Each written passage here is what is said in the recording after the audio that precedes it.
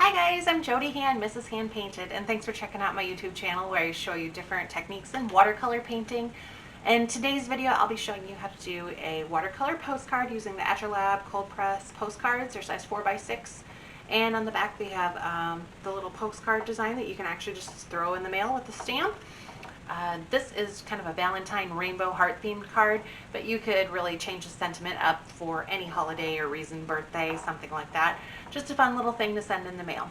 In today's video, I'll be showing you a little brush lettering hack I like to use with printing off a computer font and using a light pad, or you could do the poor man's light box of a sunny window or your computer screen, just to transfer a sentiment over if you're not great at freehand brush lettering like I am. So I have that, and I'll also be showcasing one of my new handmade watercolor sets, the Tropic Like It's Hot set, which is a really great basic set of all colors of the rainbow, as well as a couple fun neutrals in there as well that you can use. So that is available in my Etsy shop, and I have that link down in the description for you. And all right, I'm just going to go ahead and start with my supplies. And I'm using today an Etchr Lab postcard, size 4x6 in the cold pressed. Sorry, upside down. They come in a box of 100, and they have the postcard print on the back so that you could actually mail these if you wanted to. It's kind of neat. The brushes I'm using today are some Princeton Aqua Elite brushes. I just recently got these and I've just been practicing out with them a little bit. I feel like they're pretty similar to the Velvet Touch brushes I have, but they're just a little bit nicer, and the feel of this handle is amazing. So I'm using the round 4 and 1. Got a fancy little brush rest here with my shop logo on it. You can get those in my Etsy shop if you're interested in a brush rest. I've got a brush cloth here. I just recently got these from Her Arts and Crafts on Etsy, and she made me one with my fabric on it as well. She made me a few of those. So you can find those on Etsy, and I'll link that in the description. And I'm using these to dry my brush off and wipe off extra paint, etc., instead of paper towels. So if you're interested in doing something a little bit less wasteful than paper towels, this is a good one. For just drying your brush off, and you can just toss them in the washing machine and clean the paint off, so it's great.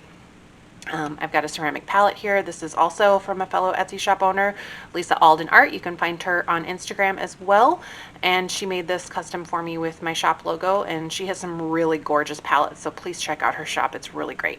The paints I'm using today are my handmade watercolors available in my Etsy shop. This is my new set that just came out here in January 2021 called Tropic Like It's Hot. It's a really bright classic palette, I would like to say. Just gives you a lot of the rainbow colors and a really bright, cool palette. So really great one to use as a basic set. And I've got my 2 jars of water here. One, sorry if I shook the camera there. One for cleaning out my brush for my dirty water, and one for getting clean water for getting paint. And then I'm going to use a watercolor pencil today to trace my sentiment onto my postcard here. You can see I'll be making this card here. I did originally record the video for this one, and I realized I didn't turn my microphone on, so I'm re-recording it for you with sound this time.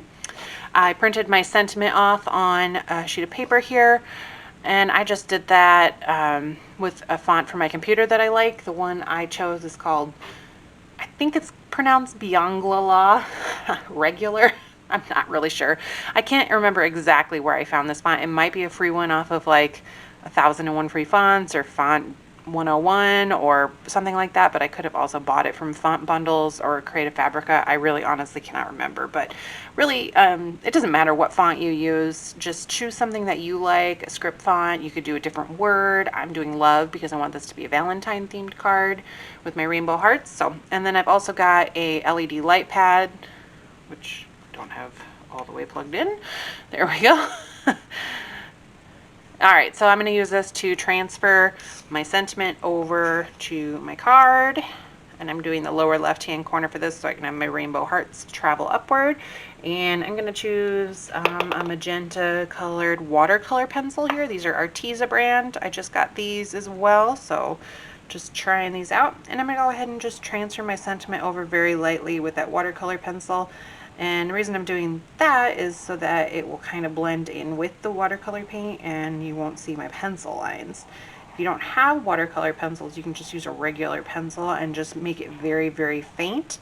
If you get too much pencil down, you can always use a kneaded eraser, which I recommend because it doesn't rough up your paper too much. You can try that to lift off some of the extra pencil, or just go over it with a darker color paint just to ensure that you cover that. So I did that really lightly. You might not be able to see it. Let the light adjust there. All right, so I'm gonna set that light pad to the side, and that's just a cheapy LED light pad that I bought off Amazon. I can link to it if you're interested. Otherwise, if you don't have a light pad, you can always hold your paper up to your computer screen or a sheet of paper underneath on a sunny window. But most of the time I'm painting at nighttime because during the daytime my kids are awake and don't let me do anything. So I do it at night, and a light pad just comes in really handy, and I think I got that thing for less than $20. So all right, so I'm gonna go ahead and start out with my sentiment at the bottom and work my way up. So that was my little brush lettering hack, and if you are really great at brush lettering and want to go ahead and do that all by yourself, go ahead. I just feel like, me personally, I don't get my spacing correct, and I don't have even letter size, and it always looks just a little bit sloppy when I try to do it freehand. So I really like doing this, and I find fonts that I like, and then I can make it look the way that I want, and then I just go over top of it with my paint that way. So I feel like I just get a little bit nicer of a look, and especially if you're doing multiple words, I like to print it out, then I know it's going to fit in the space that I have of my paper, and then I can line it up and it's centered or off to the side the way I want it, and I don't have to worry about running out of space and messing up my whole painting. I'm going to go ahead and do this bright red, cool red. This is actually a single pigment red paint, and this one's called Hibiscus. If you don't have this set, no big deal. There's lots of watercolor sets that have a good range of rainbow colors. The one that comes to mind that's less expensive is the Prima. I'm actually going to go ahead and get my round 4 here to get the paint up, because this one is not getting a whole lot at a time. And if you're wondering why my paints have these big craters in them, it's because I only did the first pour of paint and everything dried, and I haven't done the second pour on my set. I waited for the ones I was selling instead of mine, so I have big holes in some of them because they need another layer poured. Okay, so got enough of that color now, and with my round 1 I'm just going to go over my watercolor pencil lines and go over my brush lettering. And one thing to remember when you're doing your downward stroke is when you apply more pressure to get that wider line, and then you don't have to make as many passes. And then for those thin lines, do lighter pressure.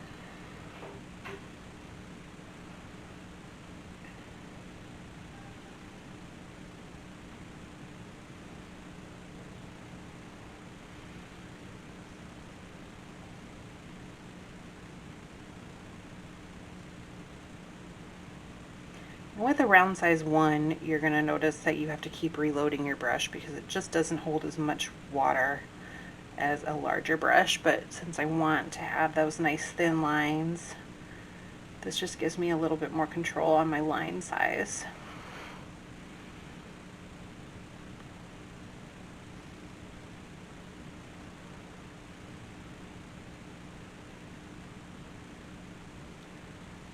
And on my other one I did add an extra little flourish on the E, but I'm just gonna leave it as it is for right now. And if you want to go back over that with another layer after it dries, you certainly can. Alright, I'm going to switch back over to my round 4 for the rest of this, and I'm just going to make a bunch of freehand loose little hearts. They don't need to be perfect. I want this to be just kind of cute, and then after we do the hearts, we'll finish it off with a nice little splatter detail. Okay, so I'm going to work my way through the rainbow. I'm going to start with the same red, this cool red. I'm just going to make some different sized hearts. Make that one a little darker. Just go over to the pink.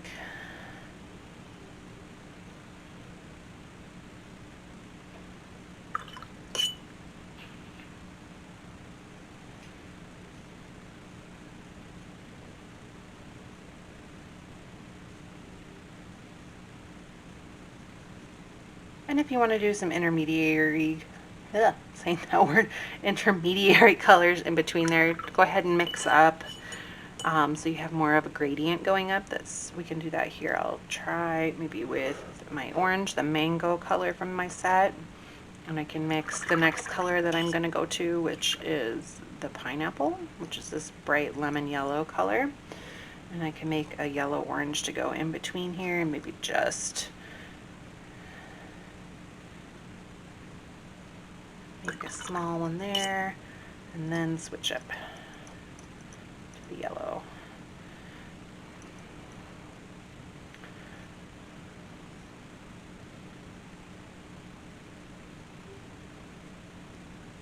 Just add a couple more little yellow ones in there. I'm going to go back and add another orange as well. If you want a little bit darker.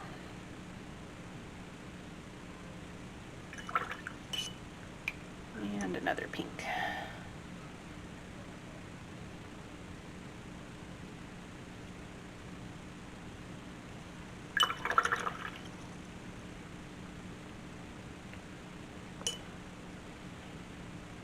Alright, I do have like a yellow green in this set, but if you don't have that, like I said, you could just mix your yellow with your darker green for the next one, do a gradient up.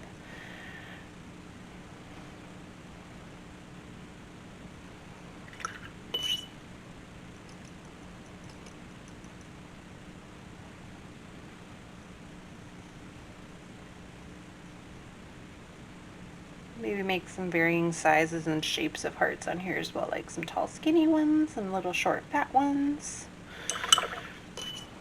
And then this next color is Mermaid, and it's a really pretty like teal blue, teal green, I guess, whichever you prefer, aqua, dark turquoise color.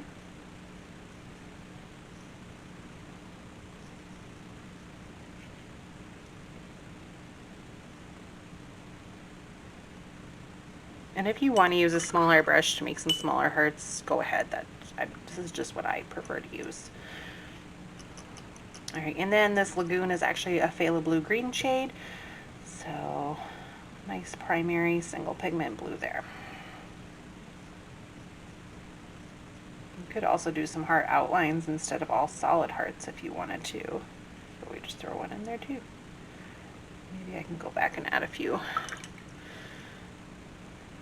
Oh, you know what? I don't really like that actually. Make that solid. And last, I've got this violet. This is a single pigment violet, and I call this one Orchid.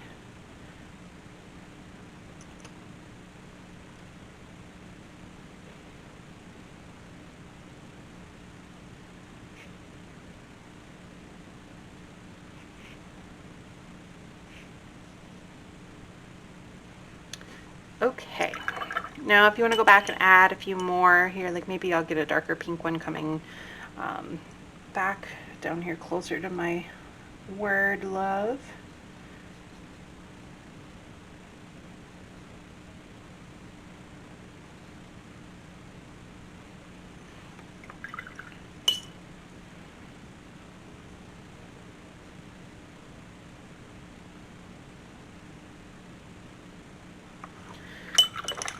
Okay, now to finish this off, I want to do my little splatter detail just to fill in some of that white background with just something really subtle that's not going to overpower it. So with splattering, when you get the water on your brush, the more water on your brush or the bigger brush you have that sucks up more water, the bigger the droplets you're going to get. So I'm just going to stick with my round 4 so I get some nice small droplets and not load my brush up too much. I'm just going to go ahead and get all the same colors that I used for my hearts and just work my way up. And I'm just tapping the handle of my brush. I can rinse in between. And to avoid getting too much water on your brush, just go ahead and dab some of the excess off. And if you don't get a good splatter, you can always just go back for a second pass.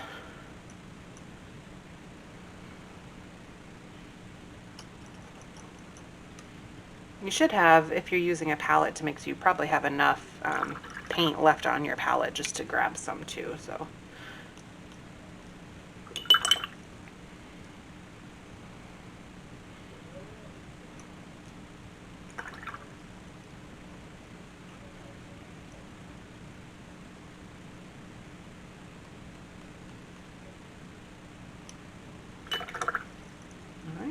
Working my way over.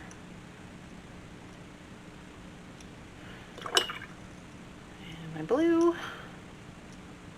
Ooh, that was a big splatter. Okay, so you notice I got some all over my desk, which I have an easily cleanable desk, but if you have other stuff laying around, make sure you move that stuff out of the way. If you have other sheets you don't want splattered, before you splatter, move everything out of the way. Probably should have said that before we started splattering, so for future reference, remember that. I have a heat tool here.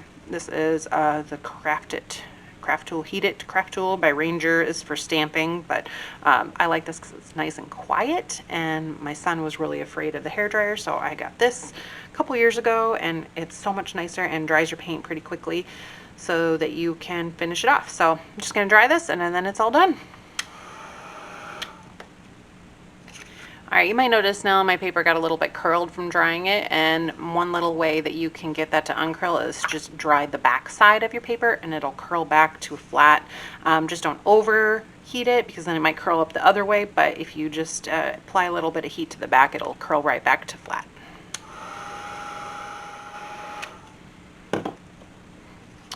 All right, took most of that curve right out of it, so I'm trying to get it there. There. Okay, so there's that card. If you don't already subscribe to my channel, please do so. I really appreciate every subscriber I have, and if you have any suggestions for content you'd like to see on my page, please let me know in the comments. You can check out my Instagram, which is Mrs. Hand Painted, and my Etsy shop, which I linked down in the description for you. Thanks for watching, and happy painting, everyone!